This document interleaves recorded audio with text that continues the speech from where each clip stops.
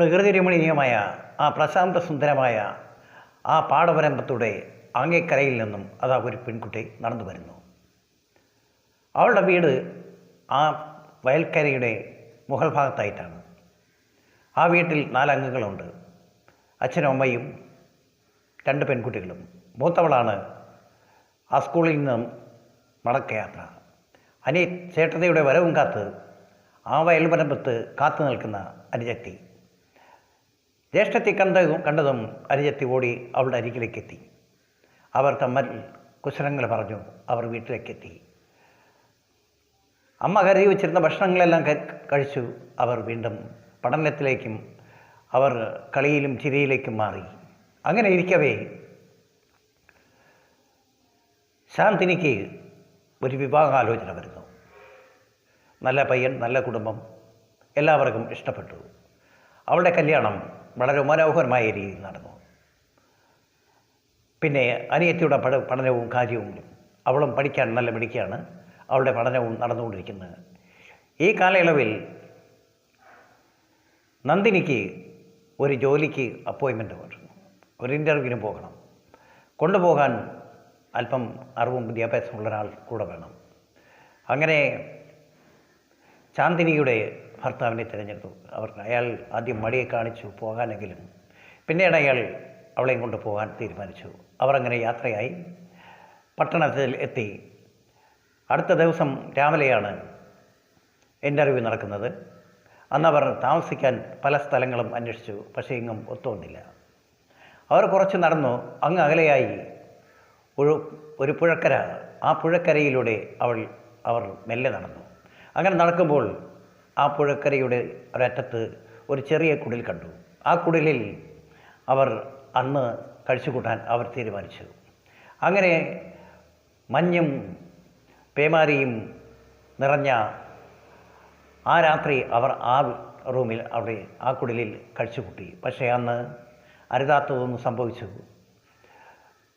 പിറ്റേന്ന് ഇൻ്റർവ്യൂവിന് പോകണമോ വീട്ടിൽ തിരിച്ചു പോകണമോ എന്നറിയാതെ നന്ദിനി വളരെ വിഷമത്തിലായി. പക്ഷേ അവളെ സമാധാനിപ്പിച്ചു. പറഞ്ഞു, ഇന്നെന്തായിരുന്നാലും ഇൻ്റർവ്യൂ നടക്കട്ടെ. ഇൻ്റർവ്യൂ കഴിഞ്ഞു. അവർ വീട്ടിലേക്ക് മടക്കയാത്രയായി. ആ മടക്കയാത്രയിൽ അവളെ കാത്തു നിൽക്കുന്ന ഒരു ചെറുപ്പക്കാരനുണ്ട്, രാഘവൻ. അവൻ നല്ല വിദ്യാസമ്പന്നനാണ്. അപ്പോൾ നന്ദിനിയെ അയാൾക്ക് വളരെ ഇഷ്ടമാണ്. പക്ഷേ നന്ദിനിക്ക് അയാളെ കാണുന്നത് പോലും ഇഷ്ടമല്ല. അങ്ങനെ കാലങ്ങൾ കഴിഞ്ഞു പോയി. അങ്ങനെ ഇൻ്റർവ്യൂ കഴിഞ്ഞു. വീട്ടിലേക്ക് മടങ്ങിയെത്തിയ അനുജത്തി ഓടിച്ചെന്ന് ചേച്ചിയുടെ മാറിലേക്ക് കെട്ടി വീണ് പൊട്ടിക്കരഞ്ഞു. കാര്യമെന്തെന്നറിയാതെ അവർ പരിഭ്രമിച്ചു. അവൾ ആ വാതിൽ വെല്ലത്തക്ക തുറന്നു. അവൾ പുറത്തേക്ക് ഓടി. എന്തെന്നില്ലാത്ത ലക്ഷ്യമില്ലാത്ത ഒരോട്ടം. അവൾ ഓടിയത് ആ കായലിലേക്കാണ്. അപ്പോഴാണ് അവളുടെ ഭർത്താവ് വന്ന് അയാൾ അവളുടെ വിവരങ്ങളെല്ലാം സത്യസന്ധമായി പറഞ്ഞു. എന്ത് ചെയ്യണമെന്നറിയാതെ അവൾ പരിഭ്രമിച്ചു. അപ്പോഴേക്കും അവളുടെ ഓട്ടം കണ്ട് എന്തോ പന്തികേടുണ്ടെന്ന് മനസ്സിലായ നാട്ടുകാരെല്ലാം അവളുടെ പിന്നാലെ ഓടി. പക്ഷേ ആർക്കും അവളെ തടയാനായില്ല. അവൾ ആ കായലിലേക്ക് എടുത്തു ചാടി. ആ നടക്കിലേക്ക് ഇടയ്ക്ക് ചാടി അവൾ ഒഴുകി എത്തിയത് ഏതോ ഒരു കരയിൽ. അപ്പോൾ ആ കരയിൽ നിന്ന് ആ ചെറുപ്പക്കാരൻ അവളെ കോരിയെടുത്തു. ജീവനുണ്ടെന്ന് മനസ്സിലായി. അയാൾ ആ പുഴയുടെ തീരത്താണ് താമസം. കൈത്താങ്ങുമായി ഒരു പെൺകുട്ടിയെയും കൊണ്ടുവരുന്ന മകനെ കണ്ട് അമ്മ പകച്ചു. മോനെ, എന്താ ഇത്? അയാൾ അമ്മയോട് സത്യങ്ങളും കാര്യങ്ങളെല്ലാം സത്യസന്ധമായി പറഞ്ഞു. ആ അമ്മയ്ക്ക് ആ മകളെ വളരെ ഇഷ്ടമായി. അവൾക്ക് വേണ്ടുന്ന പരിചാരങ്ങളും ശുശ്രൂഷകളും എല്ലാം ചെയ്തു കൊടുത്തു. അവർ അങ്ങനെ ദിവസങ്ങൾ കഴിഞ്ഞപ്പോൾ വീണ്ടും അവർ തമ്മിൽ ഇഷ്ടത്തിലായി. അങ്ങനെ അവരുടെ വിവാഹം നടന്നു.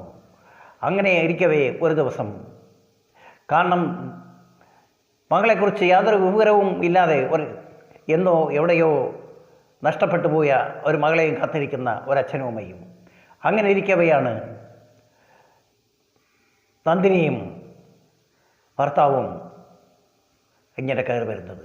അത് കണ്ട് ആ അച്ഛനും അമ്മയും പരിഭ്രമിച്ചു. നഷ്ടപ്പെട്ടു പോയി എന്ന് കരുതിയ മകൾ ഇതാ തങ്ങളുടെ മുന്നിൽ നിൽക്കുന്നു. അവൾ കാര്യങ്ങളെല്ലാം പറഞ്ഞു. അമ്മേ, ഇതാക്കിയാണ് സംഭവിച്ചത്. അവർക്ക് വളരെ സന്തോഷമായി. ആ ചെറുപ്പക്കാരനെ അവർ വളരെയധികം സ്നേഹത്തോടെ ആദരിച്ചു. എല്ലാവർക്കും വളരെ സന്തോഷമായി. ആ കുടുംബം വീണ്ടും നല്ല രീതിയിൽ മുന്നോട്ട് പോയി.